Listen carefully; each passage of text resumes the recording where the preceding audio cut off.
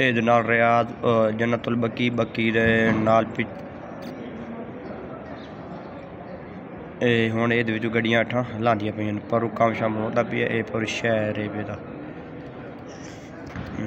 माशाअल्लाह खूबसूरत है या कोई ना।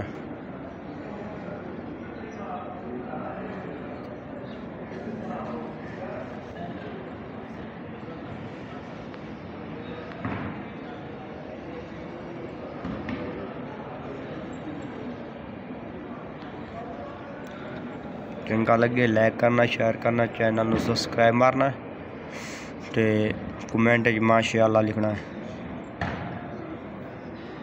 ये जन्नतुल बकी ये खलोता है और जो तुम गड्डी नहीं आनी मतलब जूम करके हुई ना ये गड्डी खलोती ये सारा जन्नतुल बकी का ये भी है। ये जो चार दीवार के अंदर अंदर हो पर चार दीवार खलोती ये जन्नतुल बकी ये भी है। ये जी गड्डियाँ आमदियाँ पे ये थले पार्किंग है भाई।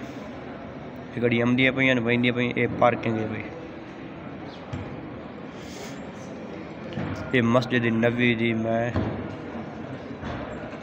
छत तक खलोता इस टाइम ये उत्ते वीडियो बनाई लगियाँ।